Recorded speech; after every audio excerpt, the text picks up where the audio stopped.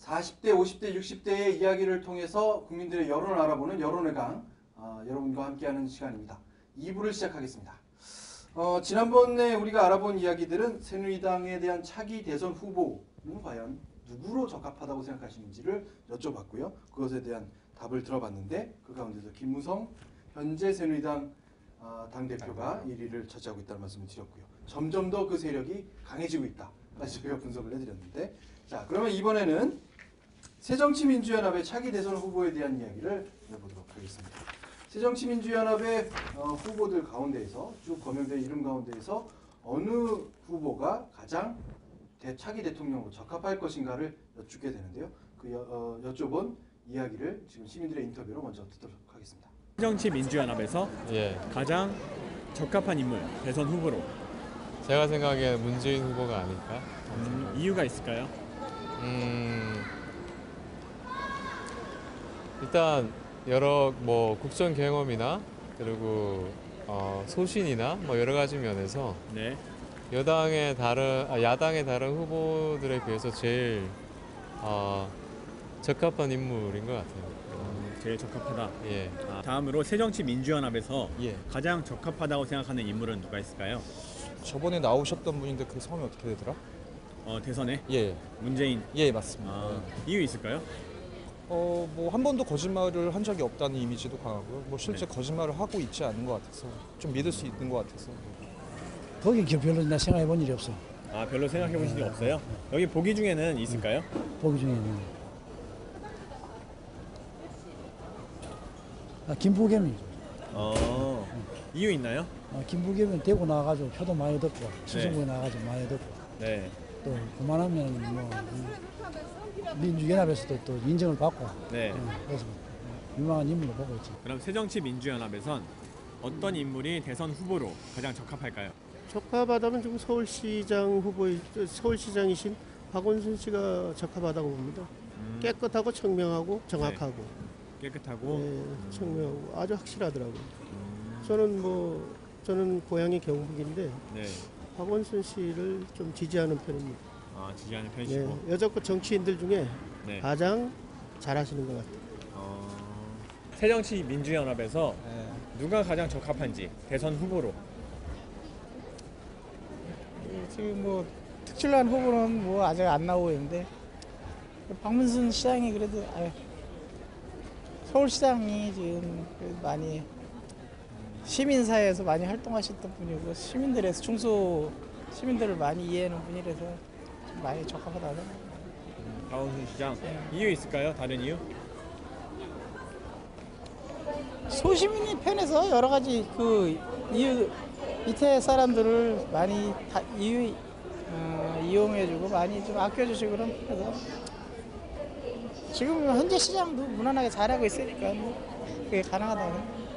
새정치민주연합 쪽에서는 그쪽도 요즘에 최근 바뀌었던데 제가 보니까 문재인 씨였다가 안철수 씨였다가 최근에 또 박원순 씨가 1위로 올라간 걸 제가 기억하고 있는데 네. 너무 변화 많아서 잘 모르겠어요. 잘 모르시겠어요? 예. 새정치민주연합의 차기 대선 후보 가운데에서 누가 가장 적합한 후보라고 생각하시는지 여쭤봤습니다.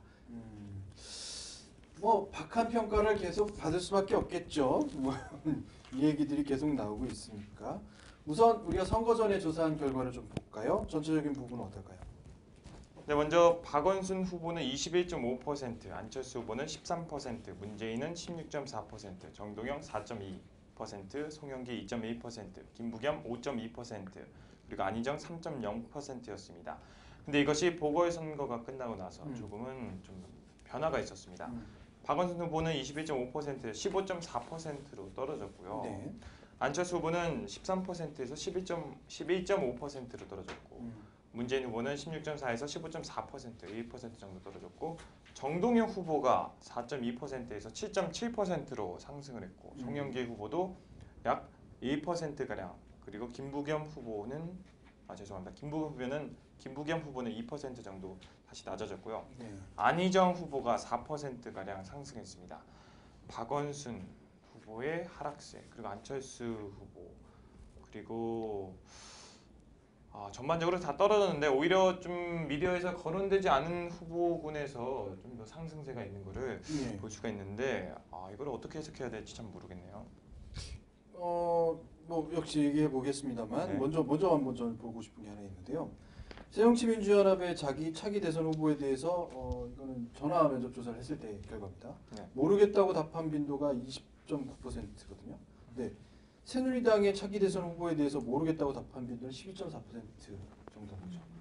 좀 의미가 있죠. 예. 새정치민주연합의 후보들이 훨씬 전부터 활동을 했단 말이에요. 계속. 근데도 모르겠다. 누가 될지 모르겠다라는 측면도 있을 수 있고요. 아니면 난 모르겠다 진짜. 가 될 수도 있고. 예. 새정치민주연합이 아니어서 그러니까 새누리당이 아니어서 새정치민주연합에서 관심이 없다라고 볼 수도 있는데 의미 있는 수치인 것 같아요. 조금 수치가 높다라는 것. 그만큼 40대, 50대, 60대의 어르신들은 새정치민주연합에 대한 흔히 말하는 전통적인 야권에 대한 그 반감이 젊은 세대보다 훨씬 강하다.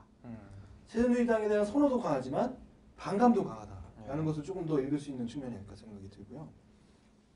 두 번째 아까 말씀하신 것처럼 나머지 후보들의 점수가 조금 올라가면서 사실상 여기서 많이 줄어든 것은 박원순 후보의 점수거든요. 예, 그렇죠. 그러면서도 또 역시 가장 큰 원인 가운데 하나는 저는 이렇게 생각합니다. 안철수 후보거든요. 안철수 후보 하락세. 박원순 후보는 사실은 이것이 크게 하락했다고 보기에 무슨 원인이다고 보기엔 좀 어려울 것 같아요. 이제 현재는 맞아요 선거에 관련된 부분이 아니다 보니까 예. 그만큼 이제 이 사람은 차기 대선에 나올 수 있는 가능성은 있지만 뭐랄까요 전면에 나서기 어렵다라는 것에 대한 판단 그런 것들이 이제 의식으로 자리잡고 있는 것 같고요. 다만 안철수 당대표였었던 전 당대표가 새정치민주연합의 전 당대표가 많은 실책과 오류를 노출해버렸단 말이죠. 네. 그것에 대한 반감들이 오히려 문재인 후보나 박원순 후보한테 가지 않고 기타 후보에게 흩어지는 듯한 느낌. 이제는 더 이상 이분들을 믿고 가기엔 좀 어렵다는 뜻이 아닌가. 물론 그럴 수도 있고요. 네. 다른 부분으로서는 어떻게 보면은 세 가지의 이게 흔히 말하는 야당의 구조에 이런 부분이 있을 수 있는 거죠. 여당은 아까 말씀드린 것처럼 한 사람이 결정되면 쫙 모여요. 네. 근데 야당은 한 사람이 결정되면 어떻게 하느냐? 그 사람의 힘을 약화시키기 위해서 아주 많은 역할들을 하죠. 네. 서로가. 왜냐? 그리고 힘이 약해져야 자기에게 기회가 있다고 생각하기 때문에. 네. 근데 그런 분석도 많이 가능한데요. 또 역으로는 생각하는 방향이 너무 달라요. 안철수 후보가 생각하는 방향이 너무 다르죠. 문재인 후보가 생각하는 달라요. 네. 박원순 후보가 생각하는 방향은 또 달라요. 그러니까 어떻게 보면 세 가지의 말이 서로 다른 방향을 보고 뛰고 있는 듯한 느낌이기 때문에 서로 어느 방향에서 잡느냐에 따라서 이 새정치민주연합이라는 당이 어느 방향으로 흘러가느냐에 대한 많은 논점이 전개될 수도 있고 방향조차도 달라질 수 있는 것들이 생기는 거죠. 그래서 역으로 말씀드리면 이건 이제 제가 생각하는 평가인데 그래서 여당은 상당히 무겁습니다. 정책을 쉽게 바꾸는 듯한 얘기를 많이 하고 오히려 많은 정책들을 얘기하고 사람들한테 뭐 혁신, 혁명 이런 말들을 많이 쓰긴 하지만 오히려 무거워요. 한 사람에게 집중되다 보면 그 방향대로 가거든요. 네. 근데 한 사람이 집중되는 과정도 보면은 그것이 누군가로부터 이양받는 과정이 굉장히 크기 때문에 안정적이긴 하지만 변화에 굉장히 무겁습니다. 단 새정치민주연합 같은 야당은 원래 방향성이 없어요. 어느 정도의 방향성을 가지고 국민들이 선호하는 방향으로 갈 거냐 아니면 국민들이 싫어하는 방향으로 갈 거냐 그 선택의 문제예요. 특히 당 지도부나 지도부에서. 그러니까 지도부가 어떻게 결정되느냐에 따라서 선호도에 의한 부분으로 확 변화될 수도 있어요. 네. 그러니까 흔히 말하는 바람 효과, 바람이 불기를 바라는 야당의 입장, 컨벤션을 매번 노려야 하는 뭔가 이 계속 만들어지는 것들을 노려야 되는 사람들로부터 뭔가 뾰족하길 바라야 되는 이것이 이제 야당의 숙명이기도 하면서도 파워이기도 하죠. 네. 여당의 파워는 잘 뭉친다는 거지만 그것이 약점이 되기도 해요. 그러니까 어떻게 작용하느냐의 문제고 여기에 가장 큰 문제는 역시 언론이겠죠. 언론에서 어느 쪽에 대한 손을 들어주느냐에 따라서 어느 쪽에 편중되는 방향이 형성되느냐에 따라서 이 방향은 달라진다. 이렇게 보시면 아마 이게 구도적으로 맞지 않을까 생각이 드는데 저 같은 경우는 실제 제가 이제 취재 시민 여러분들과 이제 함께 좀 취재하는 시간을 가져보면서 느낀 점이 새누리당 같은 경우에서는 좀 시원시원하게 말씀해주신 부분이 참 많은데 새정치민주연합에 관한 질문을 드렸을 때는 한숨부터 쉬시는 분도 많았고요. 그리고 그 굉장히 또 눈에 계속 지금까지도 기억되는 단어가 야합, 공천, 그리고 끼리끼리 뭐 이런 식으로 전혀 어떤 지금 현재 있는 국민들과는 좀 와닿지 않는 그런 야합, 공천 그런 것들 사실 자기 당내에 있는 어떤 힘겨루기 싸움에서 일어나는 일들을 계속 여러 번 빈번하게 사용하시니까 제가 각인이 된 거기도 한데요. 그런 부분에서 봤을 때도 새정치연합이 말씀해 주신 것처럼 어떤 하나의 방향으로 가는 게 아니고 각자의 방향에서 서로 어떤 타협이라고 해야 되는지 어떤지는 잘 모르겠지만 어떤 그 중간선에서 서로의 어떤 중간선에서 이렇게 같이 같은 길을 꾸역꾸역 가고 있는 게 아닌가 하는 생각이 있습니다. 그게 흔히 말하는 연대라는 표현과 야합이라는 표현이 다른 거죠. 아 예. 이게 야권 연대 야합. 이런 말들이 돼 있는데 네. 어떻게 생각해요? 이 현상에 대해서? 네, 저는 안철수 후보 같은 경우는 5번째 철수라고 해가지고 시장부터 지금까지 5번째 철수잖아요. 그래서 김무성 후보와 완전 정반대로 좀 대조적이라고 볼 수 있는데요. 이렇게 흐지부지하게 5번째 철수해서 이제 차기 대통령으로는 이제 완전히 가능성이 없다. 이렇게 보여지는 측면이 많은 것 같고요. 이렇게 반대로 또 다시 한번 얘기하자면 김무성 후보는 안철수 후보와 다르게 이렇게 화끈하다고 해야 되나요? 그런 이미지가 많이 강조됐잖아요. 그래서 이제 시민들이 불안정한 마음을 가지고 있을 때 흐지부지한 것보다 이제 당에서라도 이제 스스로 이렇게 딱 휘어잡을 수 있는 그런 쪽에 더 관심이 가지 않아서 이렇게 더 야당 쪽에는 잘 모르겠다라는 의견이 나오지 않았나 생각해봤습니다. 이 부분에 대한 논점이 하나 생겼어요. 뭐냐면 이게 이제 권력지향적이거나 혹은 이런 이제 평가들이 필요하거든요. 네. 지난번 대선 이전의 상황을 좀 보면 문재인 이제 대통령 후보가 되기 전까지죠. 지난번 대선의 대통령 후보가 되기 전까지 많은 사람들이 정치를 하라고 권유도 하고 많은 권유를 했어요.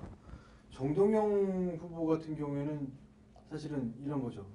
지난번 대선에 패했으니 그 패인이 과연 뭘까를 자기가 분석할 수도 있고 혹은 자기 이미지 쇄신을 위해서라도 많은 부분에서 이제 시민들과 행보를 같이 했어요. 네.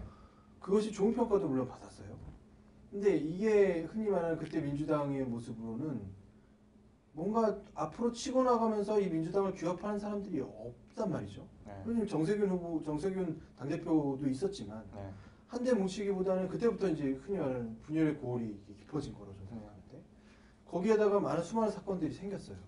물론 노무현 대통령 서거라든지 김대중 대통령도 서거하셨고, 그러니까 중심을 잡을 수 있는 인물들이 다 떠나버리고 나서 이제 흔히 말하는 무주공산이 돼버린 거예요.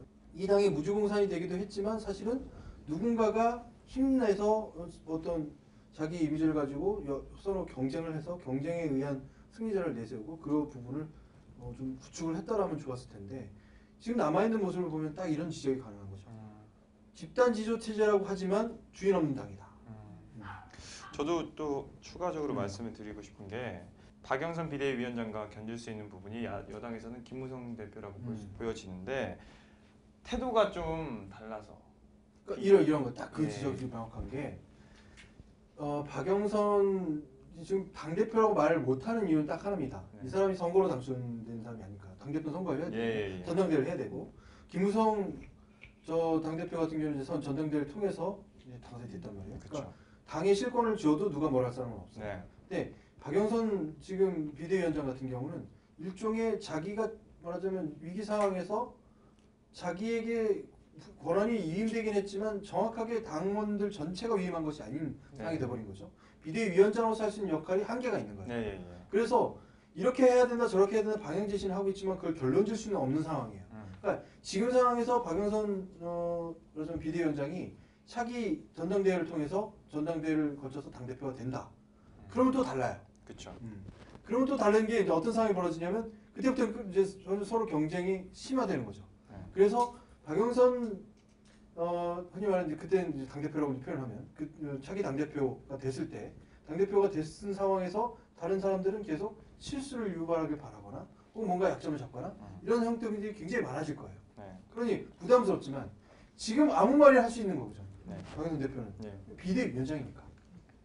그러니까 솔직히 말해서 당대표가 되기 위한 과정은 될 수 있지만 당대표가 아니기 때문에 얼마든지 자기 의견 제시를 마음대로 할 수 있어요. 네. 그것에 대한 방향 설정도 할 수 있고. 그래서 언론이 그걸 받아주게 되면 훨씬 더 유리한 입장으로 가는 거죠. 그렇다 보니까 사실은 비대위원장이 당대표보다 실권이 더 강한 것 같아.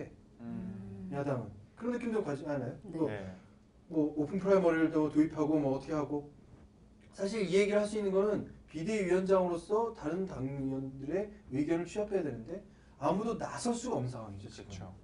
나서면 혹은 뭐 책임론에 휘말릴 수밖에 네. 없으니까 나서지 않는 상황에서 가장 실권을 가져버리는 상황이 되는 거죠. 이 모습이 지금 상황으로 보면 박영선 비대위원장과 김무성 당대표가 거의 비등한 위치에 있는 것처럼 또 행동이 뭔가 향하는 행동들이 비등한 행동을 하는 것처럼 비춰진단 말이에요. 네. 그러니까 오히려 새정치민주연합에게는 지금이 굉장히 큰 절호의 기회이자 이번을 놓치게 되면 정말 이제 당을 이름을 바꾸고 당을 해산하고 뭐 다른 당으로 뭐 이합집산하는 이런 것들이 보여줄 수밖에 없는 절차로 가지 않나 그런 생각이 들 정도죠. 그 말씀 중에 예, 정말 저도 그렇게 생각하는 게 비대위 시절이 사실 새누리당도 있었잖아요. 한나라당에서 새누리당을 변하는 과정에서 사실 지금 돌이켜 보면 굉장히 성공적이었다고 보여지는데 지금 이 순간이 새정치민주연합에 온 게 아닌가 하는 생각이 있습니다. 박영선 비대위가 과연 어떻게 해야 할지 참 기대가 되는데 역시 박영선 대표는 개파를 가르기는 어렵지만 네. 약간 그 문재인 의원 쪽에 가까운 어떤 행보를 보였고 그동안의 모습들이 좀 있는 거죠. 그래서 그쪽 사람이라고 평가할 수도 있을지도 모르겠어요. 제 생각은 그렇게 평가하는데. 근데 이 안에서 가장 많이 제기됐던 것들이 이런 겁니다. 새정치민주연합은 사실은 하나의 당처럼 보이지만 여러 가지 세력이 모은 뭉쳐진 당이에요. 그렇죠. 새누리당은 어떻게 보면 한 가지 방향성을 가진 당이지만 아까 말한 여러 가지 방향성을 가진 당이에요. 그런데 그 외에 야권 연대라고 할 수 있는 이미 당을 다르게 가지고 있는 사람들의 방향성은 또 달라요. 근데 제시하고 있는 것이 뭐냐면 두 가지 중에 하나죠.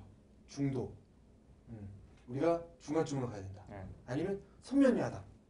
선명한 어떤 반대 입장을 가져야 된다. 네. 이 두 가지 중에 하나예요. 이제까지 뭐랄까요, 그 선거 이후에 안철수 전 당대표와 그리고 김한길 전 당대표가 가졌던 생각의 방향이 중도예요.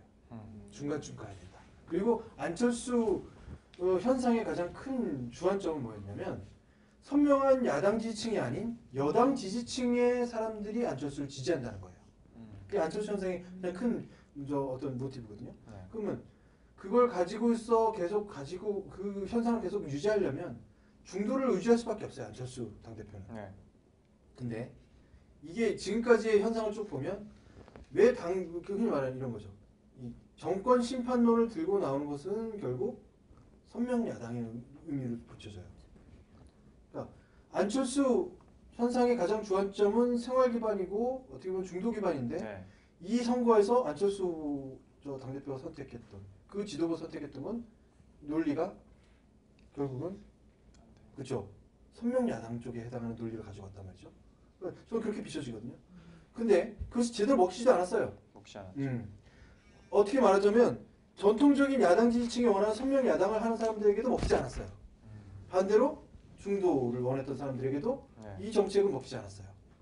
그렇다면 박영선 지금의 비대위원장이 가진 부분은 그 성격은 전 오히려 선명 야당 쪽에 더 가깝다. 흔히 말하는 진보를 좀 더 다스려야 되고 진보의 힘을 기반한 외연 확대를 해야 된다. 그러니까 자기 전통 지지층을 더 껴안아야 된다. 네. 이런 식으로 볼 수밖에 없거든요. 그렇다면 지금부터 세월호 심판론은 더 강해질 수도 있어요. 저는 지난번 선거에 의해서 세월호 심판론이 뭔가 잘못된 것으로 생각해서 덮어야 되고 이제 이것에서 프레임에서 떠나야 된다라고 얘기하는 것은 오히려 새누리당 쪽일 수 있어요. 불리하니까. 그렇죠? 근데 오히려 더 강한 비판론과 심판론을 들고 나올 수 있다.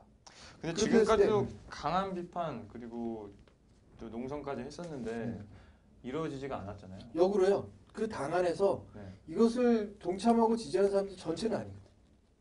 네 맞죠. 그렇죠? 네 맞아요. 당을 규합하기 위한 방법도 필요한 거예요. 그러면 뭔가 선명한 깃발을 내두고 가야 되거든요. 가장 좋은 깃발은 저는 이거라고 생각합니다. 아직도 유효한 깃발이고 야당이 여당을 심판해야 된다. 여당이 잘못이 많다라고 하는 것에선 충분한 근거들이 많아요. 역으로 이 활동을 더 세게 하면 할수록 더 드러나는 것이 많아질 거고 그럼 언론이 받아 적을 수밖에 없고 하는 것들이 많은 거죠. 또 하나 사건들은 계속 터지고 있어요. 군대 내 사건부터 시작해서 많은 것들이 이렇게 흘러가고 있는데 이 부분은 결국 박영선 비대위원장이 이것을 가다듬기도 좋고 원래 그런 쪽에 있는 사람들이고 라고 할 수 있다. 그럼 야당이 조금 더 강해지는 야당이 될 수 있고 사람들이 강한 야당에게 뭔가 기대할 것이 생기는 거죠. 뭘 해봐야 뭐 어떻게 하는 거야. 이런 것에 대한 심리가 더 크다. 그렇게 생각하는 거죠. 그래서 지금부터 가장 크게 볼 것은 과연 어떤 깃발을 내실 것이냐가 중요하고요. 거기에 첫 번째 이미 폼을 열었다고 생각해요. 오픈 프라이머리를 하자.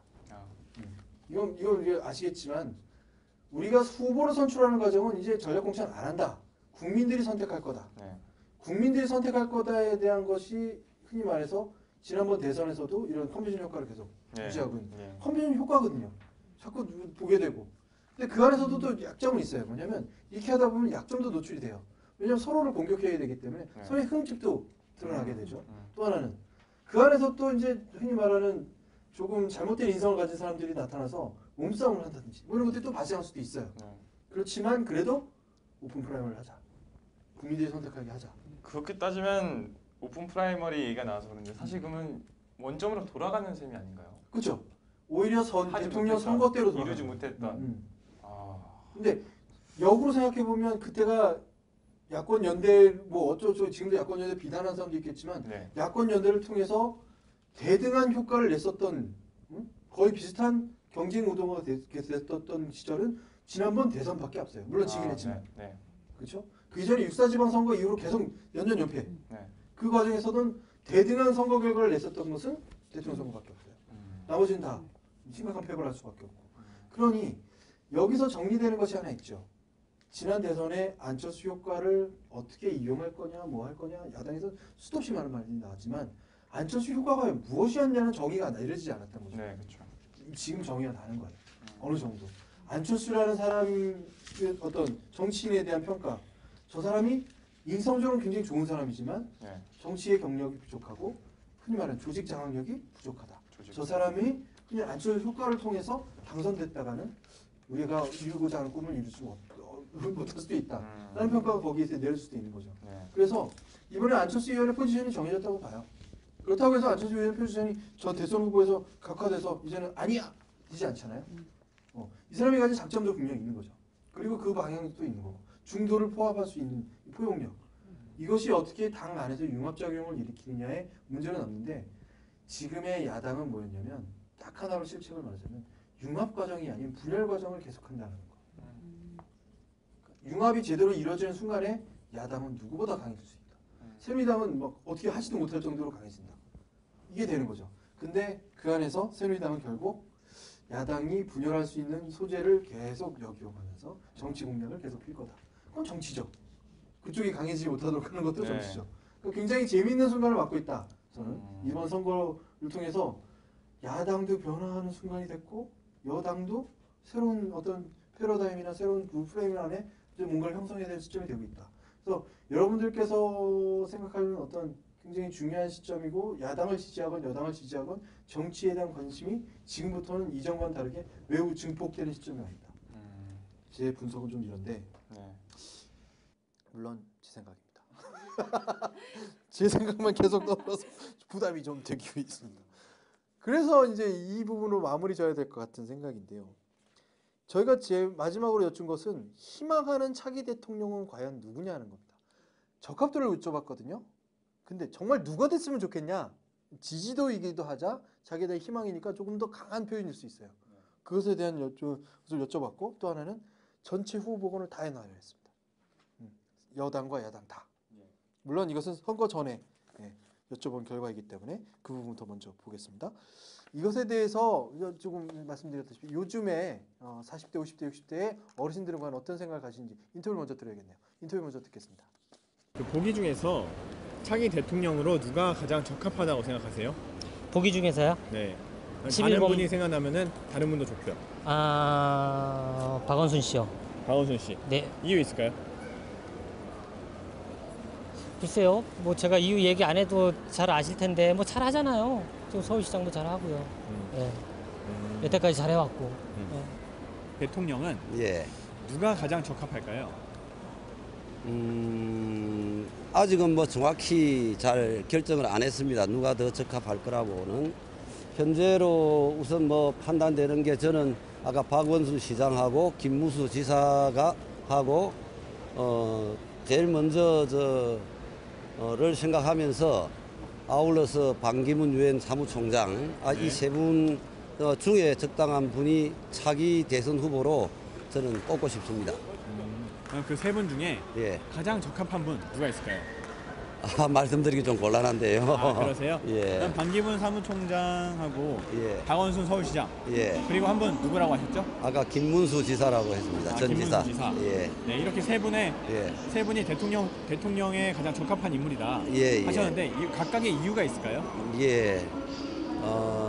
박원순 서울시장은 이제 서울시장이라는 경험을 지금 열심히 쌓고 있고 네. 또 그동안 이제 어떻게 보면 바닥에서 위로 이렇게 삶의 정치로부터 해서 국가를 이끌어가는 쪽으로 이런 발전성이 있는 반면 김문수 지사는 이제 그 국회의원을 통해서 네. 또 도지사를 했기 때문에 그래도 국민들에게 안정감을 줄 수 있는 그런 후보라고 생각됩니다. 네. 그럼 마지막으로 반기문 사무총장은 외교부 장관 경험과 해서 국내 행정 경험과 네. 글로벌 무대에서 이렇게 한 그런 경력들이 외교 안보라는 국가적 과제를 잘 수행할 수 있는 그런 분으로 생각합니다. 그럼 차기 대통령은 네. 누가 가장 적합할까요? 저는 문재인 후보 지지할 겁니다. 이유 있을까요? 아까 말씀드린 것 같아요. 아까 말. 예, 국정 경험도 있으시고, 네. 소신을 있으신 것 같고, 그 다음에 비교적 깨끗하시고, 뭐 그러신 것 같아요. 네. 차기 대통령으로 누가 가장 적합할까요? 글쎄요, 뭐 제가 알고 있는 사람들이 많지 않아서 그냥 문재인 씨가 제일 적합한 것 같아요. 문재인 씨가? 예, 예. 네, 이유 있을까요? 뭐 말씀드린 대로 거짓을 하지 않고 일단은 있는 그대로 이야기를 하는 것 같아서 뭐 네. 현재처럼 뭐 아무런 대화도 없이 국민들에 대해 알리지 않고 뭐 아는 거에 대한 권리를 좀 이렇게 인정받을 수 있다라는 게 좀 느껴져서 문재인 씨가 적합한 것 같습니다. 그럼 차기 대통령은 어느 사람이 됐으면 좋겠어요? 나라 바로 가지고 네. 박근혜 맨처럼 네. 돈 안 먹고 네. 열심히 나라를 위해 가지고 자기 헌신에 몸 바치는 사람 그런 사람 좋지. 예. 그럼 보기 중에 그분이 있을까요? 보기 중에는 정몽준 그런 사람 좋죠. 정몽준. 네. 이유 있을까요? 정몽준 돈도 그만큼 시키는데 돈 하려고 하겠습니까? 그 돈하고 뭐 거리가 먼 사람 말이야. 돈 있는 것도 다 모시는데 네. 또 뭐 재벌 또 하겠나? 자기 아버지 그만큼 재벌 해가 뭐 하고 있는데 네. 그 사람은 정몽주의 하면은 나라가 좀 안 괜찮겠나 싶어요. 왜냐 기업을 했는 사람이기 때문에 네. 기업의 마인드가 안 있지 않나 싶어요. 다음 대통령은 누가 됐으면 좋겠는지. 박원순 시장이 됐으면 좋겠습니다. 이유 또 있을까요? 아니요, 지금 뭐 아까 말씀드린 그대로입니다. 그대로. 그러면 차기 대통령으로 예. 어떤 분이 됐으면 좋겠나요? 저는 사회가 좀 사람을 중요시 여기고 네. 그리고 예측이 가능했으면 좋겠어요. 원리 원칙대로 좀 예측이 안 되는 사람이 좀 어려운 것 같아요. 그럼 다음 중에는 예. 어느 분이 됐으면 좋겠나요? 그건 노코멘트예요. 노코멘트. 예. 노코멘트 이유 있을까요? 아니 별로 얘기하고 싶지 않아요. 여론회강 40대, 50대, 60대의 이야기들을 함께 하고 있습니다. 이번 주제는 차기 대통령 후보에 관련된 주제를 함께 진행하고 있는데요. 질문은 이거였습니다. 차기 대통령으로 누가 적합하다고 생각하십니까? 야당과 여당을 불문하고 라고 생각합니다. 어떤 답변들이 있는지 조금만 정리하겠습니다. 네, 먼저 김무성 후보에 대한 내용이었는데요. 전반적인 내용은 안정적으로 국정을 운영할 것 같다. 그리고 경험이 많다. 그렇기 때문에 노련하다. 그리고 또한 믿을만하다. 리더십 있고 든든하다라는 의견이 있었습니다. 다음은 남경필 후보의 의견을 들어볼 텐데요. 네. 기성 정치인보다는 혁신적으로 일할 것 같다. 그리고 경기도지사라는 영향력이 있기 때문에 믿을만하다라는 의견이 있었습니다. 그리고 정몽준 후보의 이야기를 들어보면 정치는 큰 틀을 봐야 한다. 정몽준이 제격이다라는 의견이 있었습니다. 다음은 이제 야당 차례인데요. 네. 먼저 박원순 후보에 관한 내용은 가장 가능성이 커 보인다라는 의견이 있었고, 그리고 안철수 후보는 느낌이 좋다, 비전 제시 능력이 있다라는 의견을 내주셨습니다. 문재인 후보는 인지도 측면에서 다른 야당 후보보다 낫다는 의견을 내주셨습니다. 네. 40대, 50대, 60대 어르신들께 여쭤보고 있기 때문에 사실 50대, 60대 어르신들께서는 아직도 지난 대선에 앙금이 좀 남아있을 것 같은 생각도 좀 들어요. 문재인 후보에 대한 평가가 좀 박할 수 있다. 좀 더 예측해 보고요. 수치를 좀 읽어볼까요? 전체를 대상으로 차기 대통령으로 적합한 인물은 과연 누구였는지 전체를 좀 보겠습니다. 네, 전체를 보자면 김무성 후보가 16.7%로 단연 앞서고 있고요. 그다음에 다음은 문재인 후보가 13.6%, 다음은 박원순 후보와 안철수 후보가 12.4%로 동의를 이뤘습니다. 그 다음 후보로는 김문수 후보가 9.4%로 돼 있고, 다음은 손학규 후보가 이제 정치권에서 물러났는데도 4.8%의 인지도를 보여주셨고, 다음은 남경필 후보가 3.0, 안희정 후보가 3.0, 정동희 후보가 2.8%였습니다. 정몽준 후보가 8.8%였네요. 네. 자, 어떻게 보면은 이렇게 볼 수 있죠. 김무성, 박원순, 문재인 3파구도. 네. 그렇죠.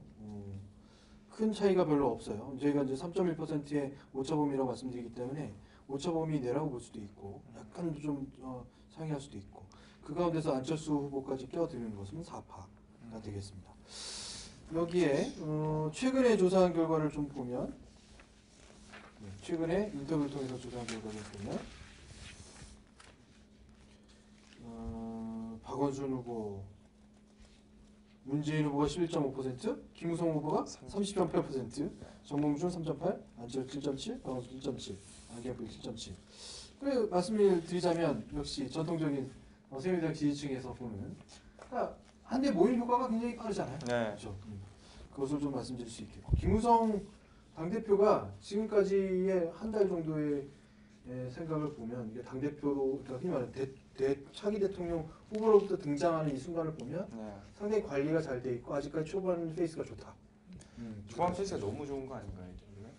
크게 이제 조금 제가 아까도 고수동 얘기를 드렸지만 초반이 그렇게 좋다고 끝이 좋지 않다. 이런 것도 생길 수 있잖아요. 이런 건 생길 수도 있는데 예측은 좀 불가합니다. 저도. 근데 하나는 좀 봐야 될 것.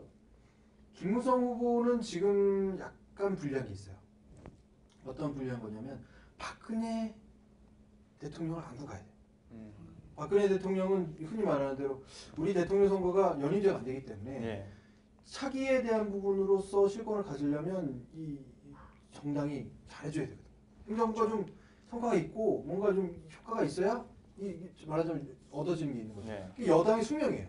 그렇죠? 여당이 가질 수밖에 없는 숙명에 지금의 박근혜 정부가 성적표가 그렇게 좋지 않다. 이게 약점이죠. 근데 그것으로부터 어떻게 할 것이냐가 매번 이제 고민이에요. 여기에 아직도 박근혜 대통령을 전통적으로 지지하는 지지층은 굉장히 광고하단 말이죠. 그걸 자기 표를 얻어와야 돼요. 얻어오려면 일종의 연결고리를 끊어서는 안 돼요. 그렇죠. 그러면 비판의 정도도 어느 정도 해야 되고, 좀 더 격하게 했다가는 그것이 돌아설 수도 있어요. 물론. 그래서 시기적으로 그게 굉장히 중요하다는 거죠. 지금은 끌고 와야 되는 순간.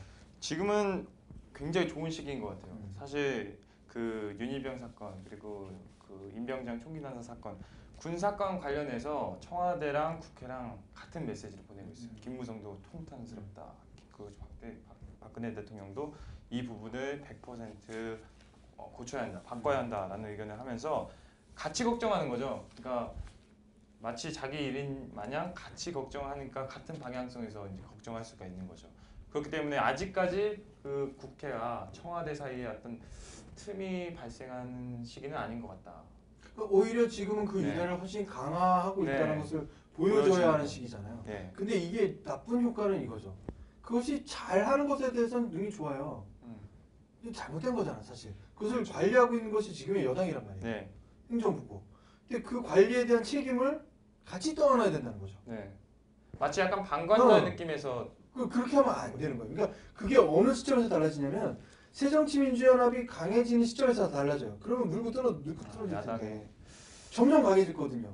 그 아까 말씀드린 선명 야당으로 가느냐 못 가느냐가 사실은 지금 야당이 어떻게 길로에 있는 것 같아요. 중도로 가면 갈수록 야당은 약해져요. 선명해지면 뭔가 계속해서 문제점을 노출시킬 거고 문제점에 대한 부분은 여당에 있어요. 행정부에 있어요. 근데 그렇게 되면 박근혜 대통령과의 이 연결고리가 점점 부담스러워지는 거죠. 그게 딜레마라는 거예요. 김무성 대표의 딜레마는 거기 있어요. 그러니까 내가 여당을 버릴 수 없고 행정부를 버릴 수 없고 행정부하고 함께 가야만 하는 시점인데 그것이 행정부가 성과가 좋지 못할 때 이게 여당으로서 굉장히 큰 고민이죠. 그 고민을 안고 있어요. 제가 보기에는 충분히 노출도 하고 있는 것 같아요. 얼마 전에 그 윤일병 사건 때문에 국방장관한테 소리친 적이 있잖아요. 김무성 의원이. 근데 그거에 대해서 어떤 한 시각에서는 박근혜 대통령이 할 일을 대신해서 잘했다 이런 의견도 있었고 또 다른 사람은 아 그거는 대통령이 할 일인데 왜 벌써부터 차기 이제 대선 후보로 지목받다 보니까 너무 섣부른 거 아니냐 이렇게 말을 하더라고요. 그거에 대해서는 혹시 어떻게 생각하세요? 그게 딱 그 지금 지점이에요. 뭐냐면 박근혜 대통령과 너무 좋으니까 이제 흔히 말하는 상호관계를 형성하는 거죠. 그래서 어떤 권력의 이제 말하자면 라인 관계를 형성해서 그러니 당대표가 나서도 해도 되지라는 평가도 있었죠. 역으로 생각하면 너무 크는 거 아니야? 이런 것들도 생기는 거죠. 그러니까 그게 어떻게 발현되느냐에 따라서 달라요. 그리고 또 하나 정치는 항상 감정이기도 해요. 이것이 감정이 계속 증폭되고 이렇게 되잖아요. 그러면 지금이야 김무성 의원이 한 번 그랬다 치면 3번, 4번 계속되고 뭐 이렇게 되고 볼멘 소리가 나오고 흔히 말해서 박근혜 대통령이 약간 무시당한 듯한 느낌 들고 그것이 행정부 내에서 또 들고 청와대에서 어떻고 그럼 감정이 생기잖아요. 그럼 조직의 감정이 생긴다고요. 그러면 당은 당대로 청와대대로 이런 형성이 될 수도 있어요. 그렇게 되면 그때는 이제 정말로 순간이 오는 거죠. 또 의도적으로 유리함에 의해서 그것이 형성돼요. 제 생각에. 지금은 너무 가까워졌다면 우리 물맞아 죽겠다. 너무 지금 일이 잘못됐다. 물맞아 죽겠다. 그러면 떠나야 되는 거죠. 그렇게 하기 위해서는 일부러 직책을 더 세게 하는 거죠. 흔히 말해서 중도적인 부분으로 나가는 거죠. 이게 얼마든지 벌어질 수 있는 현상들이에요. 과거에도 수없이 있었던 현상들이고. 그러니까 김무성 의원이 가진 딜레마는 자기가 가진 카리스마와 흔히 말하는 충성심 이것이 어느 정도 배합된 것으로 보여줘야 되느냐. 근데 실제로 이런 부분을 좀 말씀드리면 이거 아시겠죠? 여러분들이 이전 지적하면 저를 욕하시는 어르신도 계실지도 몰라요. 하지만 실제로 김무성 의원이 박근혜 대통령 되기 전에 친박의 수장으로서 차기를 논하다가 친박의 어떤 프레임을 새로 걸어야 된다고 말하고 쫓겨나다시피 미국 간 적이 있어요. 충돌 지점이 있었어요. 옛날에도. 무슨 말씀 아시죠? 그러니까 이런 것들이 생기는 것이라는 거죠. 능히 정치는 이런 것들이 생긴다. 그랬을 때 김무성 의원의 지금 당대표의 고민은 어느 정도로 가깝게 할 것이냐, 어느 정도로 거리를 둘 것이냐. 항상 머릿속에 이것이 있는 거죠. 또 하나 이미지를 얼마나 이용할 것이냐, 혹은 이미지를 얼마나 배척할 것이냐. 굉장히 좀 뭐랄까요, 뭔가 그 불을 다루면서 이 철을 잘 다루는 장인, 이런 정치 장인이 되지 않으면 안 돼요. 지금 그런 부분 또 JP가 정말 잘했죠. 그런 심정을 하지 않으면 안 되고 그런 능력이 있지 않으면 안 돼요. 그것이 과연 김무성 당대표에게 있느냐. 근데 그 선거 때도 박근혜 대통령을 내세우지 않고 선거를 했잖아요. 그래서 오히려 더 좋은 평가를 얻었다고 해요. 그건 당연하죠. 왜냐하면 지금 박근혜 대통령을 전면에 내세우면 이 역풍을. 네, 그래서 좀 잘하는 게 아닌가 생각했거든요. 맞습니다. 그래서 기대되는 측면은 이걸 잘할 수 있는 정도면 정치를 잘하는 사람은 결국 국민의 마음을 잘 읽는 사람이 적어도 잘 읽어서 그 다음을 잘 하느냐 못하느냐 그때 별개일 수도 있지만 일단 읽어야 되잖아요. 여당은 읽어요. 야당이 못 읽어 아예. 그러니까 읽는 수준이 너무 떨어져요. 그러니 전혀 엉뚱한 곳에 헛발질하는 거라고 생각되는데 그래서 다음 부분은 이 부분을 보죠. 그렇다면 박원순 후보의 약점과 장점은 과연 무엇일까? 박원순 후보는 아무래도 이제 시장이 또 됐잖아요. 그 이명박도 보면 이명박 전 대통령도 보면은 서울시장으로 했다가 이제 대통령으로 됐는데 이런 연관성으로 봤을 때 좀 차기 대통령으로 많은 효과를 얻을 수 있지 않을까 이런 생각을 하게 됐어요. 그게 중요한 지점이죠. 뭔가 이 행정으로서의 능력을 보여주는 게 대통령에서 굉장히 중요한 측면이고 미국은 도지사, 그러니까 주지사급이나 상원의원급이 되지 않으면 대선은 도전을 못하는 형성되어 있는 것들이 있잖아요. 시스템들이. 우리 안에서는 또 서울시장이나 경기도지사나 뭐 인천시장이나 혹은 이런 수도권의 혹은 뭐 도지사나 혹은 시장, 행정시장을 행정력을 갖춰야 되는 것으로 평가되는 것들이 있는데 지난번 대선까지는 약간 좀 달라졌지만 그 지난번 대선까지는 좀 그런 것들이 있었죠. 형성되어 있는 구층들이 있죠. 물론 당대표나 기타의 세력으로 대선에 도전하고 그것을 성과를 내는 것들은 물론 또 있기 때문에 반드시 그렇지는 않다는 부분도 있을 수 있죠. 어떻게 봅니까? 저는 사실 박원순 서울시장으로서는 일을 정말 잘하고 있다고 생각을 하고 그리고 또 그 예산 부채도 오세훈 시장이 했던 것에 비해서 정말 많이 수고를 해주셔서 부채 삭감도 어느 정도 노력을 공헌을 하셨는데 제일 잘 맞는 감투가 서울시장 감투가 아닐까 생각을 해요. 거기까지다. 네, 대통령이라고 하면 사실 이미 언론에서 또 공개를 했는데 피에스타라고 하죠. 낮잠을 그 직장인들에게 낮잠을 잘 수 있는 그런 시간을 제공한다라는 그런 공약들을 보는 순간 사실 저는 그렇게 현실성이 있는가라는 생각부터 했었거든요. 그런 어떤 한 단면을 봤을 때 대통령의 인물론으로 비춰진다면 이렇게 자글자글한 사소하고 소소하고 소소하지만 굉장히 좀 중요한 그런 공약들, 그런 깨알 정책들을 많이 펼치는 거는 사실 굉장히 좋으나 전 국민을 대상으로 그런 깨알 정치를 계속해서 한다면 과연 이 사람이 대통령감으로서 적합할 수 있을까라는 생각을 해봅니다. 전 좀 다르게 생각하는데요. 좀 깨알 같다고 표현하실 수도 있겠지만 제 생각은 좀 잔잔해서 오히려 이제 아까 말씀하셨던 것처럼 1년 전이 중요하시다고 하셨잖아요. 3년이라는 기간이 좀 남았고 이렇게 잔잔하게 하나하나씩 차곡차곡 쌓여가면은 좀 이렇게 지금 당장은 이제 핫하게 떠오르는 건 김무성 대표지만 이제 후에 보면은 혹시 이 박원순 시장이 좀 가능성이 있지 않을까 생각이 들고요. 그리고 여러 서민들의 심정을 잘 이해하고 있는 것도 같아요. 세월호 사건이 터진 후에 그리고 또 그 시장 선거가 당선되고 그 다음 날인가 밤에 수행비서 없이 이제 자기가 운전을 해서 진도 팽목항 거기 체육관을 찾았다고 해요. 그래서 손수 담은 레몬청을 직접 주고 또 앞으로 지원도 많이 해주겠다고 하면서 아무에게도 알리지 않았다고 해요. 뭐 다른 사람들은 뭐 SNS를 의식했다 이런 말도 있는데 이렇게 작은 거 소소하게 이렇게 하면은 좀 민심을 얻을 수 있지 않을까 하는 생각이 들어요. 지금부터 이제 조금 말씀드리는 거죠. 그래서 야당의 방향이 다 다르다. 첫 번째. 근데 이거 이제 박원순 의원 집중해 봅시다. 박원순 시장의 강점이자 약점을 두 분 다 말씀하셨어요. 강점은 굉장히 서민적이고 굉장히 밑으로 깔아지고 또 하나 행정을 해봤다는 거고 서울시를 운영해봤다는 경험이죠. 반대가 있는데 정치적이지 못하다는 거예요. 그게 큰 부분에서 보면 이미지가 완전히 구축되지 않는다는 거예요. 소사님 저렇게 잘해서 큰 것을 처리할 수 있겠나? 혹은 뭐 대외적인 관계에서 좀 뭐 이렇게 결단력 있고 뭐 이런 것들을 보여줄 수 있겠나? 라는 것들이 좀 정반대 이미지잖아요, 사실. 또 어떻게 보면 이 잘하는 대통령은 우리가 이명박 정부 때 어떤 그런 느낌을 받았었죠. 이 잘하는 대통령 뽑아야 된다. 근데 그 레임덕에서 비춰지는 그런 것들을 봤을 때 저는 개인적으로 이 잘하는 대통령이 대통령감은 아니다라고 생각하거든요. 어떤 정확하게 철학이 있고 그 다음에 좀 뭐랄까요, 좀 기억될 만한 사건 사고에 연루돼 있고 그 중에서 어떤 영웅심을 발휘한 그런 사람들이 대통령이 돼야 된다고 생각하는데 그런 부분에서 박원순 후보 서울시장의 출신이 사실 좀 얘기를 해봐야 되지 않나. 사실 정통파가 아니잖아요. 그래도 그 시민 운동가 출신이죠.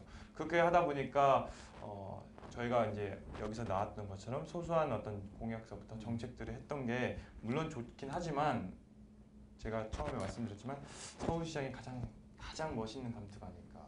네.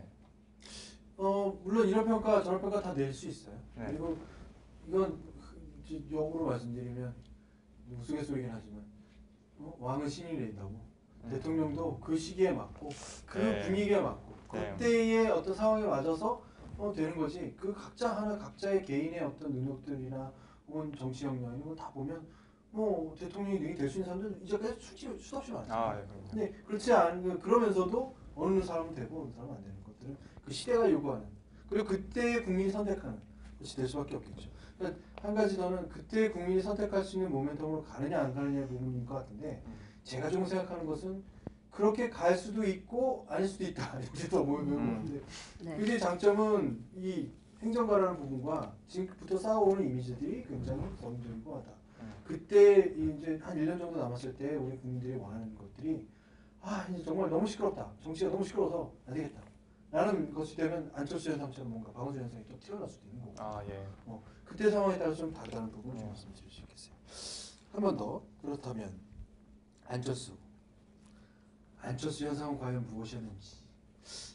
뭐 5번째 철수를 하면서 이제 뭐 은퇴를 해야 되느니 말아야 되느니 많은 분들도 할 수 있겠잖아요.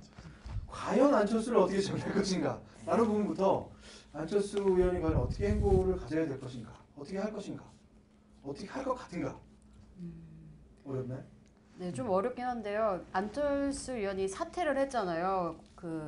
근데 사퇴를 했을 당시에 이제 많은 취재진들이 모여서 이제 물어본 인터뷰를 하는데 아무 대답도 하지 않았다고 해요. 그냥 책임을 지겠다 하고 성남 표정으로 나갔다고 그렇게 보신 분들도 있더라고요. 그래서 이 안철수 의원이 앞으로 더 정치계 쪽에는 하지 않을 거라는 추측도 나오고 또 반면에 또 다른 준비를 하고 있을 거다 이렇게 생각을 하는데요. 사실 저는 잘 모르겠어요. 어떻게 이 의원이 어떻게 준비를 할 것인가.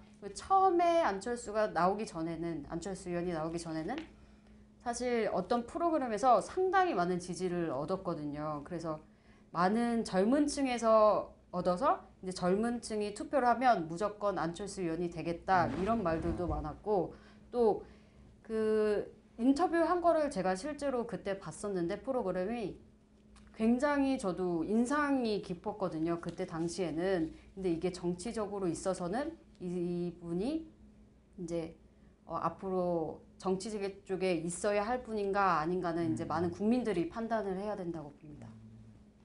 어떻게 봅니까? 저는 안철수 효과가 아직까지 나오지 않았다라고 보는데 아직 발현되지도 않았다. 네. 시작도 안 됐다. 사실 얘기를 새정치민주연합으로 다 결성이 된 후에 얘기를 어떤 이야기들을 다 정리를 해보면 안철수가 원하는 대로 됐던 적이 한 번도 없어요. 공천도 겨우겨우 해서 자리를 얻어내서 겨우겨우 집어넣었지만 큰 테두리에서 봤을 때는 이게 안철수가 원하는 그림은 아니었다고 생각하거든요. 또 자기가 항상 원하는 것들을 했는데 국민의 심판을 받겠다고 했지만 결국에는 새정치민주연합 김한길 대표가 묶은 그런 그 커다란 방향성에는 좀 벗어나는 부분이 있어서 자기가 당에 들어갔지만 실질적으로 자기가 원하는 그런 그림을 그렸던 적이 한 번도 없다. 때문에 또 재밌던 것은 이번에 대표로서 물러나고 난 뒤에 박지원 의원이 안철수 의원을 좀 옹호해줘서 그 부분이 좀 되게 인상이 깊었어요. 예전 같은 경우는 너무 친노 혹은 뭐 친노 세력이라고 해서 안철수와는 좀 다른 색깔로서 안철수가 좀 불편하다. 왜 여기 와서 뜬구름을 잡냐 뭐 이런 식으로 얘기를 했었는데 이제는 조금은 이제 같이 품고 가려는 마음이 있는 것 같아요. 아무래도 말씀해주신 것처럼 그 중도의 입장에서 여당의 표까지 좀 갈 수 있는 그런 인물이기 때문에 그 당내에서도 좀 어느 정도 영향력을 좀 어떻게 보면 좀 색깔이 비춰진 부분이 아닌가 이번에 사태를 하게 됨으로써 그런 생각을 해봅니다. 안철수의 장점이자 단점은 이거죠. 많은 사람들이 흔히 말해서 위임했다고 생각하는 거예요. 그러니까 자기가 대선 후보가 되겠다고 결심한 이유는 나를 이렇게 지지해주는 사람들이 있기 때문이었어요. 그렇죠?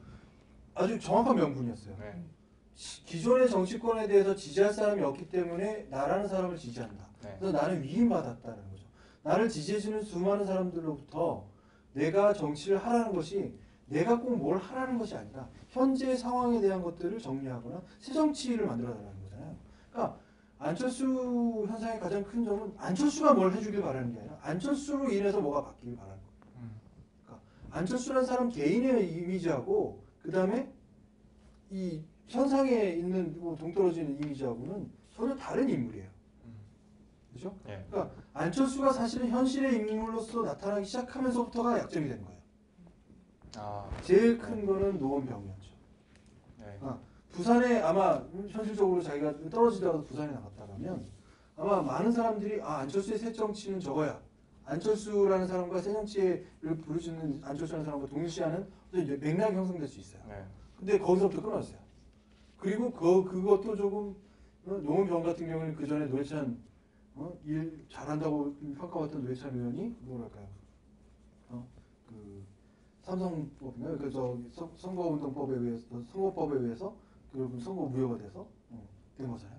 그러니까 그 사람을 위해서라고 그러면 그 사람을 지원하는 게 더 맞는 것일 수도 있는. 그러니까 역으로 뭐냐면 안철수는 이 새정치라는 것을 딱 던져놓으면서 기존의 정치인은 새정치인이 아니야라는 것으로 프레임에 갇혀버린 거죠. 그러니까 모든 사람과 적이에요. 모든 정치인과 적이고. 그러니까 자기로부터 시작돼야 되는 새로운 인물이 있어야 되는데 새로운 인물로서 당을 뭐 새로 창당도 하려고 했잖아요. 새로운 인물이 결국 새로운 인물이었냐는 평가에서 번번이 나가. 새롭지 않다. 새정치 인물이 아니다. 그러니까 안철수만 새정치 인물일 뿐이지 나머지가 없는 거예요. 실체가 없어져 버리는 계속.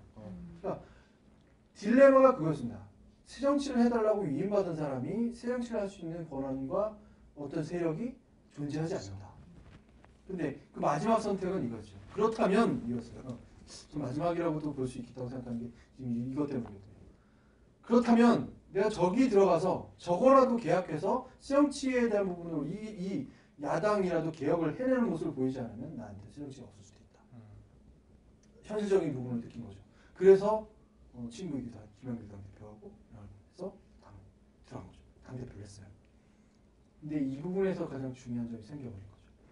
실권을 가지고 있다, 가지고 있지 않다. 당이 어떤 절차로 움직이는지에 대한 파악조차 제대로 안 된 거예요. 선거 공천 과정이 어떻게 되는지조차도 파악이 안 되고 인물만 생각하고 있었어요. 계속 기동민이라는 인물, 권은희라는 인물. 새정치는 결국 인물이라고 생각한 거예요. 아직도 말하자면 이 프레임 안에서 기존의 정치를 새 정치로 바꿔야 된다는 게 아니라 새 정치를 새로 만들어야 된다는 것에 갇혀져 있는 것 같아요. 이게 안철수 의원의 가장 큰 힘이었자 지금의 가장 큰 약점이다. 기존 정치권과 타협할 수 없어요. 혹시 박영선 비대위원장이 안철수 의원을 다시 어떤 비대위원으로 다시 임명할 가능성은 없을까요? 물론 그것도 가능한 얘기긴 좋은 하죠. 사례인 그러니까 어떤 입장이 바뀌어야 되냐면 안철수 지금 현상에 종지부를 찍어야 된다는 거죠. 안철수요. 종지부를 찍고 나는 사실 이 부분에 대한 위임을 받았지만 내가 자기 잘못을 인정해야 돼요. 내가 관리를 잘못했고 나는 그만한 능력이 없는 부분이 있을 것 같다. 다시 시작해야겠다. 처음부터. 나를 지지해 주신 분들이 아직도 많다는 것은 내가 무슨 역할을 해주기. 안철수 현상이 누가 아니라 안철수라는 개인이 무언가 해주길 바라는 사람들이 있는 것 같다. 난 그 부분에서 계속 말을 하겠다. 그러면 흔히 말해서 제가 말씀드렸잖아요. 야당이라는 구조는 뭔가 다른 말들이 다른 방향으로 뛴다고. 안철수라는 방향이 생기는 거예요. 그렇죠?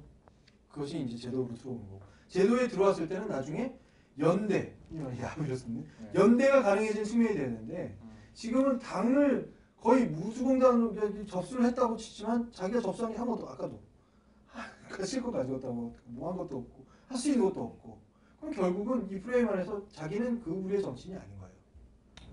그렇죠? 그래서 안철수라는 정치인은 지금부터는 뭐냐면 안철수 개인으로 돌아가야 된다. 그 개인의 자산도 굉장히 훌륭해요. 그렇죠? 안철수 개인을 존경하는 사람도 굉장히 많아요. 그 안에서 자기가 원하는 새 정치라는 것에 대한 부르짖음을 계속하면 된다. 그리고 대권 후보가 되는 것도 그 부르짖음이 먹히면 된다. 통하면 된다. 그 상황에 또 통하면 된다. 누구나 지금도 저기 이 조사 결과도 거의 대등하잖아요. 달라지지 않았다. 그건 역시 안철수라는 정치인이 어떤 판단을 하고 어떤 선택을 하느냐에 따라 달라질 것이다. 라는 부분을 볼 수 있겠습니다. 끝으로 이 한 사람만 보죠. 이제 문재인. 어떻게 봅니까, 문재인? 문재인 후보 이제 이제 요번에 선거가 730 선거였잖아요. 여기서 문재인 후보는 아예 빠졌다고 해도 과언이 아니라고 생각하는데 이제 아무래도 좀 아까 말씀하셨던 것처럼 이 야당에서도 갈리다 보니까 좀 문재인 후보도 선거권에 이제 그러니까 선거 운동에 그렇게 직접적으로 나서지 않았고, 그래서 책임론도 좀 피해갈 수 있고, 그래서 야당 내에서는 좀 어느 정도 이제 더 나갈 수 있지 않을까 이런 생각을 하는데요. 네, 어떻게 생각하세요? 저는 정말 단순한데, 저도 다시 한번 질문을 드릴 거긴 한데요. 문재인 후보 몸살이고 있는 것 같지 않으신지? 그렇죠. 몸살이고 있다고 평가하시군요. 네, 그 딱 나서야 되는 부분에서는 중진으로서 나오진 않고, 그 중요한 이슈에 있어서는 또 메인의 인물로서, 중요한 인물로서 나서지 않고, 대신에 또 위로 혹은 또 팽목항이나 세월호 사건 같은 경우는 국회의원의 한 사람으로서, 또 그 윤희병 같은 사건도 어떤 국회의원의 한 사람으로서 그렇게 좀 잔잔하고 좀 잘 언론에서 굳이 다루지 않을 법한 그 이후에 위로해주거나 응원해주거나 그런 약간 보면 살이 법한 굉장히 이미지를 매우 신경 썼다면 그런 식의 행보가 충분히 가능하거든요. 그런 식의 선택이 가능하고. 근데 정말 지금서부터 어떤 나라에 대한 전반적인 개혁을 하고 어떤 메시지를 준다면 지금 뭐 공동대표급의 어떤 위치가 나야 되는데 아무래도 정말 대선을 노리고 있는 게 저는 확실하게 보이지 않나 생각합니다. 네. 이 부분은 잠깐 여쭤봅시다. 어떻게 생각합니까? 문재인 후보의 이미지, 지금 행보 어떻게 느껴집니까? 몸살이인 것 같은데요. 그럴까요? 이 말하는 거에 있어서 되게 조심스러워지는데요. 좀 어떻게 보면 사리는 거라고 생각도 하는데, 제 생각으로는 좀 아예 이게 생각이 달라서 관여를 하지 않을까 이런 생각도 들거든요. 생각에 따라서 관여를 하지 않는다. 네. 저는 이렇게 전혀 다른 방향에서 보는 것을 한번 말씀드리고, 문재인이 가진 강점은 지난번 대선을 통해서 가장 강력한 여당 후보였다는 것. 네. 약점은 역시 가장 강력한 야당 후보였다는 것. 뭐냐면 수많은 사람들이 이 사람이 뭘 하면 견제의 투성인 거죠. 그러니까 나설 수가 없게 만들어 버렸다는. 이 사람이 뭘 하지 못하도록 한다. 그러니 친노 프레임에 갇혀버린다. 뭘 하면 친노는 물러가라. 돼버리는 대표 주자가 돼버린다. 문재인에게서 가장 큰 약점은 친노라는 거예요. 그리고 그것이 프레임에 갇혀버리면 누구도 지지를 하는 사람들이 쉽게 지지하지 못하는, 표방하지 못하는, 특히 당내에서 자기 세력화하기가 힘든 이런 것들이 생긴다는 거죠. 그러니까 문재인은 사실 그 성격에도 또 이런 게 있어요. 김무성 당대표 같은 성격이라고 그러면 흔히 말해서 목에 좀 힘주고 뭔가 카리스마 있는 어떤 행동을 할 수도 있어요. 이분한테 그 카리스마가 좀 부족해. 내가 보기에. 문재인 후보도 무슨 카리스마 있어요, 분명히. 아주 뭔가 아주 정확하고 아주 단호하고 이런 건 분명히 있는데 그것이 남을 향해 있지 않아요. 그렇습니다. 자기를 향해 있거나 자기 세력을 향해 있어요, 항상. 그러니까 굉장히 진중하고 뭐 이런 사람이긴 해. 근데 그게 역으로 비춰지는 것은 실제로 그렇다면 어떤 느낌을 주십니까? 방금 말씀하신 것처럼 뭔가 음흉해. 뭔가 준비하고 있어. 계속 기다리고 있다는 느낌을 받죠. 기다리고 있어. 뭔가 강태공이야. 낚시질만 하고 있어. 이런 이미지도 돼요. 역으로 제가 잘못 판단할 수도 있어요, 정말. 그러고 있을 수도 있어요. 정말. 그래서 중요한 건 그런 이미지가 있다라는 거예요. 문재인 후보는 가장 큰 약점이 그런 이미지가 있다. 그게 큰 약점이다. 그런데 그럼에도 불구하고 지난번 대선에서 가장 강력한 대선 후보였고 가장 이제까지의 야당 후보로서 당선된 사람들 포함해서 가장 많은 표를 얻었다라는 것. 그러니까 어느 누구 야당이건 여당이건 다 적일 수밖에 없는. 안철수 의원은 스스로가 적을 규정한다고 했잖아요. 이 사람은 자기가 친하고 싶어도 다 적으로 규정할 수밖에 없는 상황에 처해 있는 거죠. 그게 가장 큰 약점이다. 그래서 문재인은 국민들한테는 또 어떻게 비춰지느냐가 쉽지 않다. 쉽게 노출도 안 될 거고 쉽게 노출할 수도 없고 쉽게 나왔다가는 계속해서 집중 포화를 맞을 거고 실험은 NLL 같은 경우가 그게 잘못됐는지 잘했는지 이런 평가 수가 없는데 결국은 혼전이다. 이 네 사람을 가지고 어떤 평가도 우리 예측할 수 없다. 이런 결론을 내렸습니다. 저희가 준비한 이야기들이 굉장히 많습니다만 이 이야기로 마칠까 합니다. 많은 분들이 차기 대선 후보에 대한 어떤 평가들 스스로도 하실 것 같고 수전에서 하실 것 같고 특히 지금 오늘 말씀드리면서 40대, 50대, 60대의 생각들을 말씀을 드렸습니다. 제가 예측을 잘한 건지 모르지만 지금부터 차기 대선과 관련된 혹은 정치와 관련된 재미있는 현상들 혹은 관심이 증폭되는 현상들은 더 많아질 거라고 판단이 들고요. 끝으로 우리 어르신들이 우리 국민들에게 그리고 우리들에게 하시고 싶은 말씀들을 지금부터 들으면서 마치도록 하겠습니다. 들으셔서 감사드립니다. 시청해주신 여러분 고맙습니다.